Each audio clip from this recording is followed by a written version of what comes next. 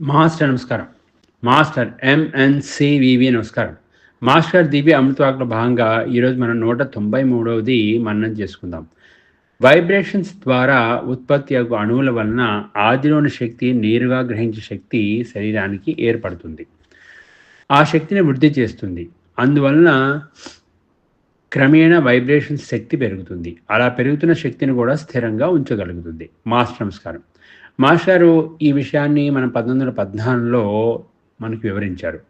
ఏవైతే ఈ వైబ్రేషన్స్ ద్వారా మనలో ఏదైతే మనం ఈ స్పేస్ నుండి వచ్చే ఎనర్జీ మాస్టర్ గారు ఫ్లాషెస్ రూపంలో మనకి చేరుకుంటాయో అప్పుడు మనకి వైబ్రేషన్స్ కలుగుతాయి. వైబ్రేషన్స్ కలిగినప్పుడు అవి బయటికి ఫిజికల్గా కనపడాల్సిన అవసరం లేదు. కొంతమందికి లోపలనే కనబడతాయి. కొంతమంది బయటకు కదలికల ద్వారా శరీరము కదలికల ద్వారా మనకి అనిపిస్తుంది. కానీ అది ఇంటర్నల్గా కూడా దాని శక్తి వలన ఇంటర్నల్గా చక్కగా దాన్ని అడ్జస్ట్మెంట్ చేసుకుంటూ ఉంటుందన్నమాట. అయితే మాస్టర్ గారు అనేది ఏంటంటే ఈ వైబ్రేషన్స్ ద్వారా మనకి ఏదైతే వైబ్రేషన్ వల్ల ఉత్పత్తి అయ్యే అణువులు వల్ల మనకి ఏవైతే కొత్త అణువులు ఉత్పత్తి అవుతాయో దానివల్ల ఏంటంటే ఆదిలోని శక్తిని నేరుగా గ్రహించే శక్తి శరీరానికి ఏర్పడుతుంది. మనకి ఆదిలో ఉన్న శక్తి మనకి ఎన్నో వాట్ల పవర్ అనుకుంటే మధ్యలో మన గ్రహాల ద్వారా మళ్ళీ మిగతా వాటి ద్వారా మనకి రకరకాల ఫ్లాషెస్ ద్వారా మనం చేరుకుంటున్న శక్తి. అలా కాకుండా ఎప్పుడైతే మన ఫిజికల్ బాడీ స్ట్రాంగ్ అయిపోతుందో స్థిరత్వం ఏర్పడుతుందో అప్పుడు మనం డైరెక్ట్గా మనం ఆ శక్తిని తీసుకునే ఆ శక్తిని అందుకునే శక్తి మనకంటే అంత ఎనర్జీని ఫిజికల్ బాడీ రిసీవ్ చేసుకొని స్థిరపరచుకునే యొక్క కెపాసిటీ వస్తుందన్నమాట.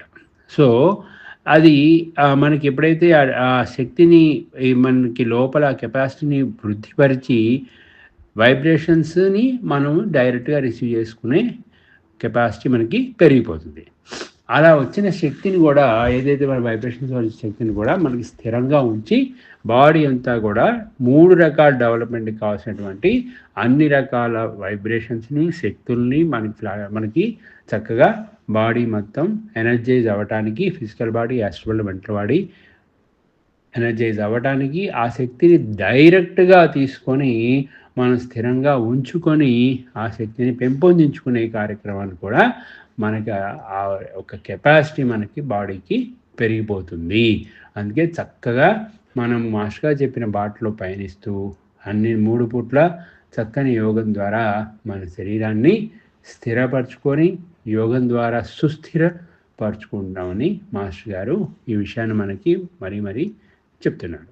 మాస్టర్ నమస్కారం.